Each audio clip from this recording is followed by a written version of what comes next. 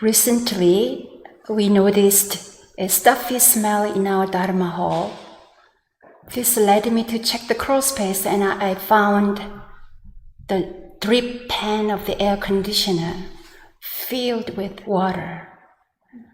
This caused the AC to stop working, and the moisture created a musty smell throughout the whole building. While an engineer fixed the AC, I scooped the water with a cup into buckets and carried them from the crawl space. Squatting and moving back and forth under the low ceiling made me super mindful not to bump my head.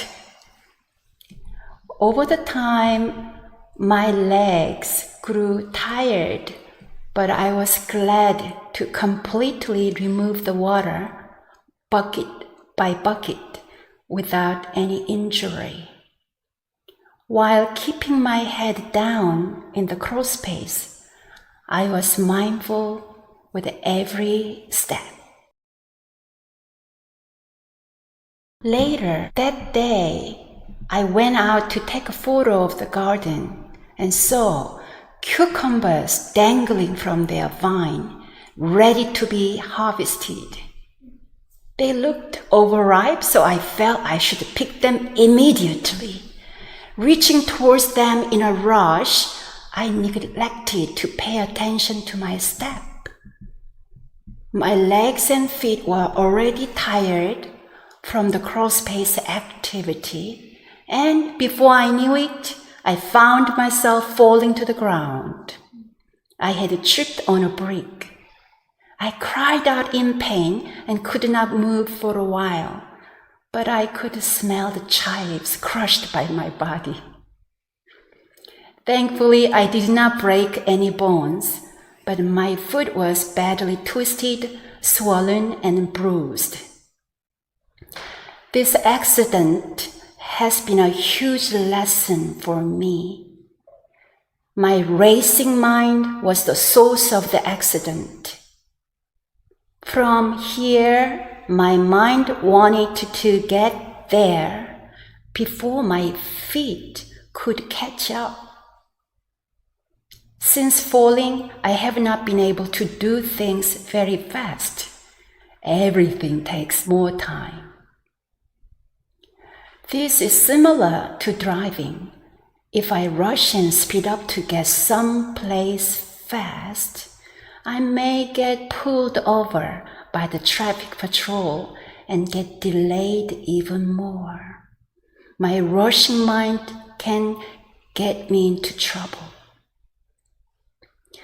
For me, being in the crawl space was challenging, so I was careful with every movement.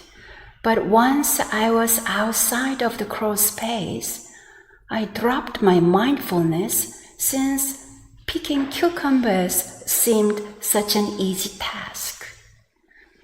My focus slipped, and so did my foot.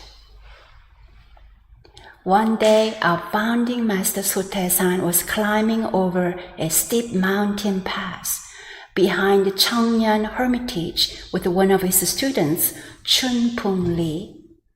Sotaesan said, "Climbing a steep pass naturally enhances my practice in one-pointedness of mind. You rarely stumble on a steep trail, but are actually more prone to stumble on a level trail. So too, you are more prone to make mistakes on an easy task than you are on a difficult one. A practitioner who maintains consistent awareness on either steep or level trails or an easy or difficult task will achieve the single practice samadhi."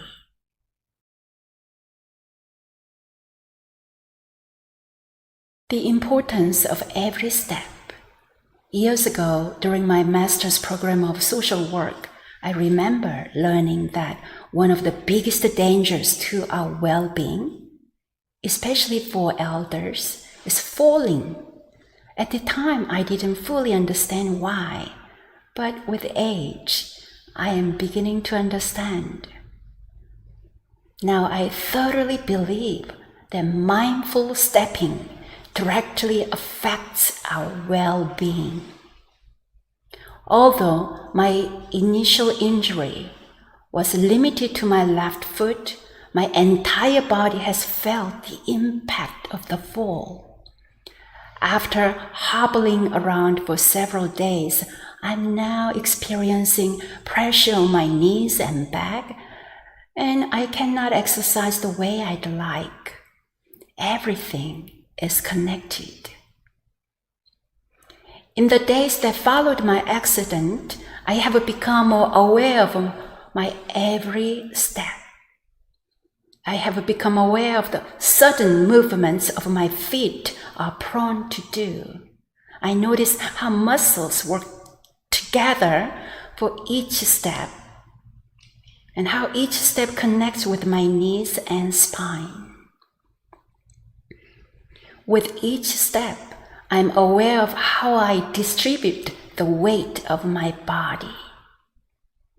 Even in the middle of injury, I notice how my feet constantly want to travel.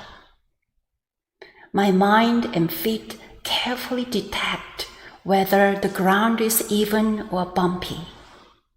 Wherever I go, I feel the connection between the soles of my feet and the ground.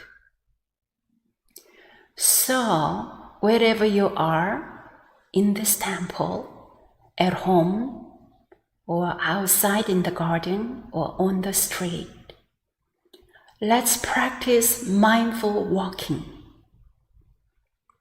One step at a time.